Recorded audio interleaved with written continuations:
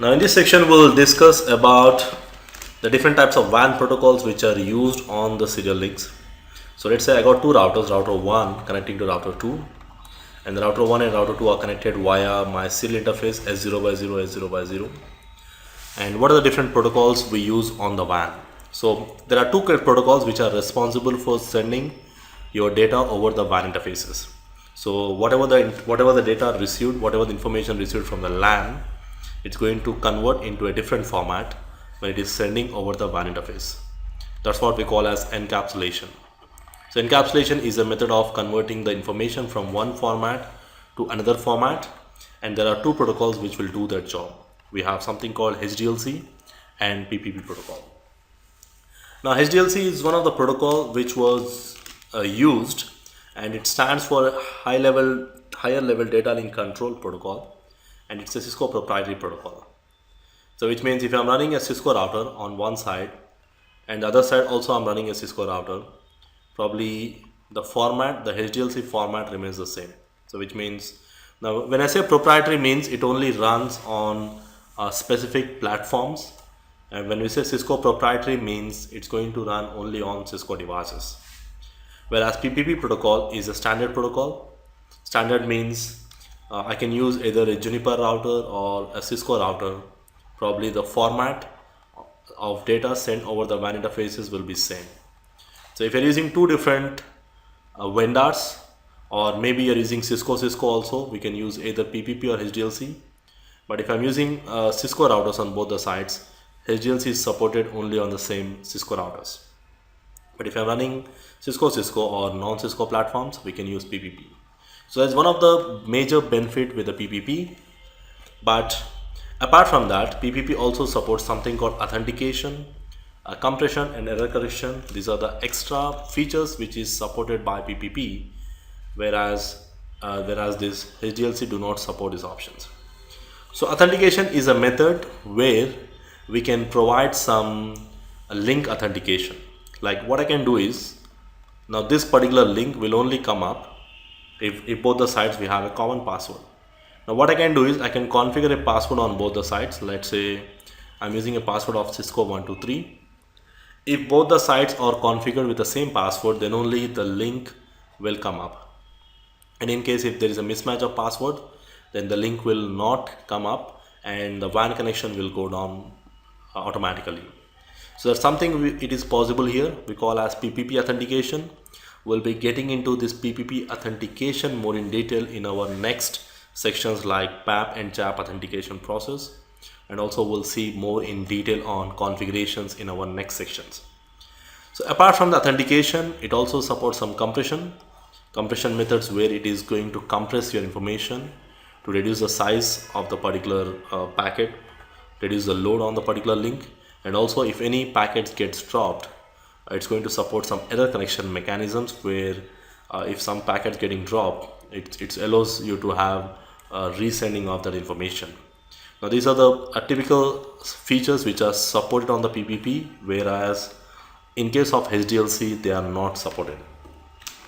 And by default, or if you're using serial interface, by default it runs HDLC on that particular link.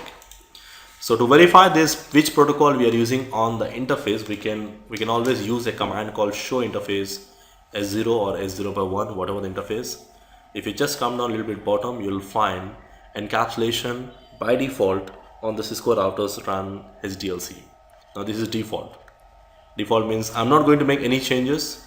By default it runs HDLC on the Cisco routers. And if you want to change to PPP, why I want to change to PPP? Let's say I'm running a Cisco router on one side and maybe I'm running a non-Cisco router on the other side, or maybe the requirement is I want to use some authentication method so that the link has to come up only after successful authentication. In those kind of scenarios, I can manually change to PPP. Now to change to PPP, we just need to give a command called encapsulation PPP. So once you give this command, it will change the encapsulation to PPP, and I can verify with the same command show interface S0 by 0 to see the authentication, to see which encapsulation used on that particular interface. Okay, so now I got my topology here with the same two routers which we configured last time.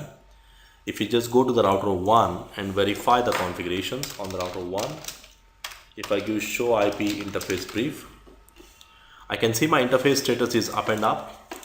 These are the two routers, and you can see the routers on the left side and then the command line on the right side.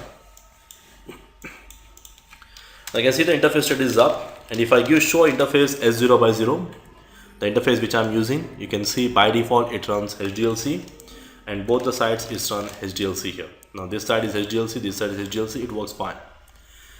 But if I want, I can change to PPP. If you want to change to PPP, we need to go to the interface, and then there is a command called encapsulation, and then I can define which protocol you want to use, whether you want to use PPP or HDLC. We'll see more on frame delay also. That is one more kind of WAN connection which can be used for connecting. More on that, we'll be getting into that in a separate section called WAN technologies. So as of now, I'm going to change to PPP. Now once I change to PPP, if you want to verify, we can go to show interface S0 by 0, and here you can find the encapsulation is PPP. But if you just observe, the interface will go to up and down. Now if you remember, if you just go back to the previous slides which we discussed, now you will see the status of up and down whenever there is an encapsulation mismatch. So one side of the interface you are running PPP, and the other side of the interface if you are running different protocol. Now the format sent by the PPP protocol will not be understood by HDLC protocol. So in that case, it will make the interface as up. The interface will be up, but the protocol will be down. So this is one of the common reason. If you, whenever you see this status message as up and down, ensure that we are using the same protocol on both the sides. As of now, that's a problem here. So to fix it, I need to go to both the routers, and then I have to use PPP encapsulation or HDLC. So as I decided to go with PPP, so I'll go to router 2, and then I'm going to my interface S0 by 0, and I'll change to PPP. Now once I change to PPP, you can see the interface change state to up now, and if I verify show IP interface brief, I can see the interface status is up and up, and I should be able to ping to the opposite side of the interface 10.001. Okay, so always remember one thing, whenever you are going to troubleshoot, when you use show IP interface brief, if you see the status message up and down, ensure that both the sides you must run the same protocol. And by default it will be up and up, because by default it runs HDLC. But when you are changing to PPP, ensure that you change to PPP on both the sides. Okay, both the sides must run a common encapsulation.